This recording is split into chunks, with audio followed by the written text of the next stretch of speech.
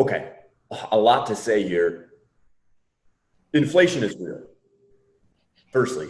And as an individual who's overseeing a business that deals with raw materials, that deals with commodities like plastics and copper, being in a business that deals with building materials, I can sincerely tell you that building materials have gone through the freaking roof.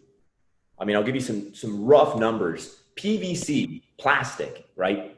PVC has gone up from the beginning of 2021 through roughly speaking today, which is October 28th, about 75%.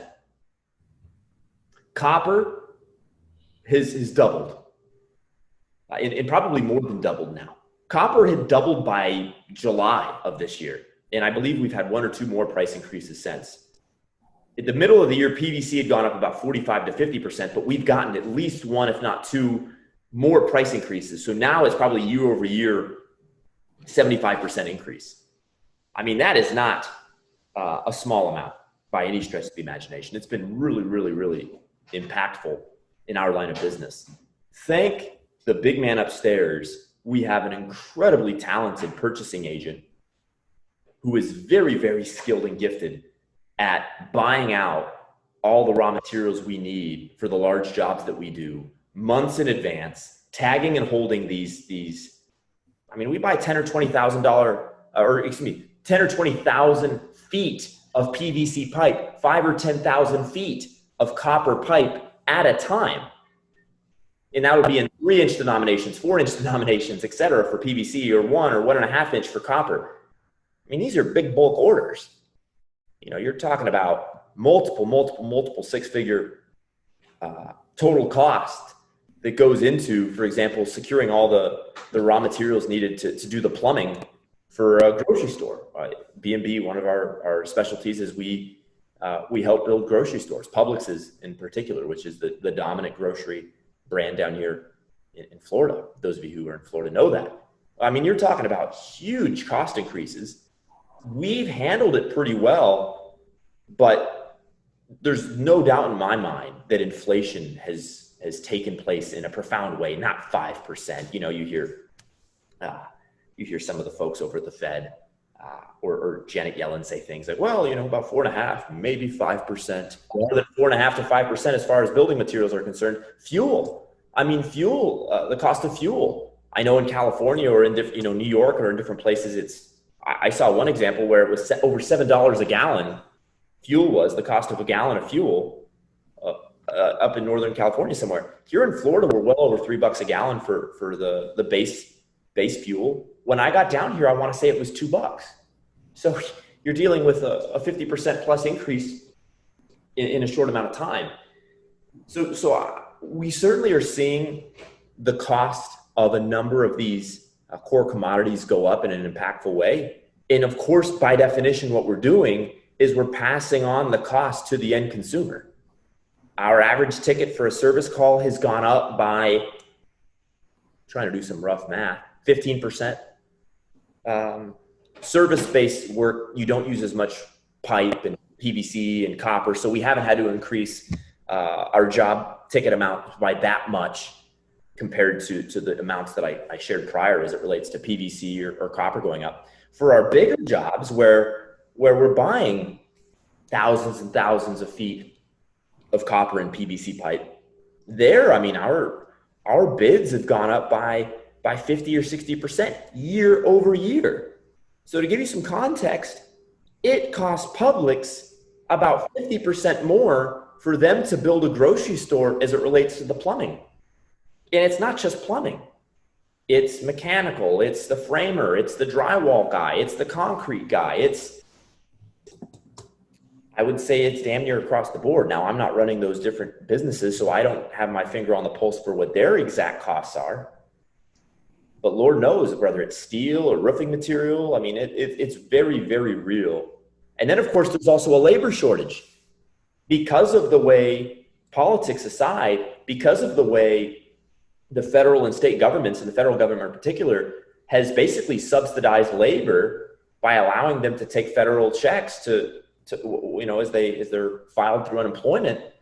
It's been very, very difficult to get people to come to work.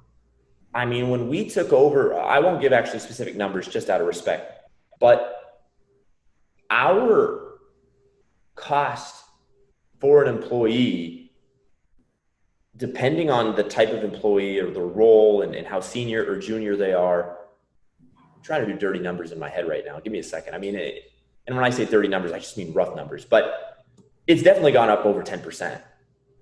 I can think of instances where it's gone up 15 to 20%. Our true cost for labor year over year. Hence why our service tickets have gone up about 15% since a year ago. That's really because, well, the cost of labor has gone up about 15%. So, because that's the only way to keep people engaged, you have to pay them more. I think Carnegie said it, financial incentive will prevail. The simplest way we found to get people to come to work for us so that we can drive revenue, grow our business, and provide better service for our customers has been to pay our people more and to add better benefits to their lives so that they are incentivized to want to work with us. Of course, having a good work culture and having a business people want to work at as far as how they feel also matters. I definitely don't want to underestimate that. But I definitely would say that you got to pay people. And if you don't, they won't come to work. So yeah, we've seen the impact of inflation in a major way. As it relates to the economy at large, I can't speak to, obviously I read the Wall Street Journal and keep up on the daily events of things, whether it's economically, politically, supply chains, et cetera. The supply chains, by the way, have been brutal. They've been brutal. It's so much harder to get, whether it's a water heater or pipe or anything, so much harder to get stuff than it ever was before. So it also creates a lot more uncertainty on job sites or with regards to delivering quality to customers.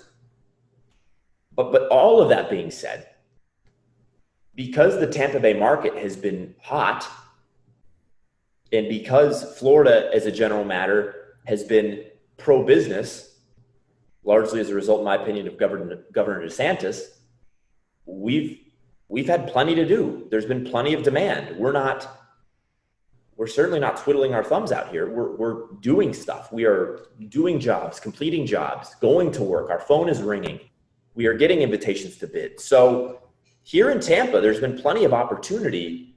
It's just been very volatile with regards to increasing job costs, the fickle nature of the labor market, and supply chain issues. Those have been real operational headaches in a serious way, all as an overarching result of this whiplash effect of COVID and then how it's been legislated by our federal government and state government.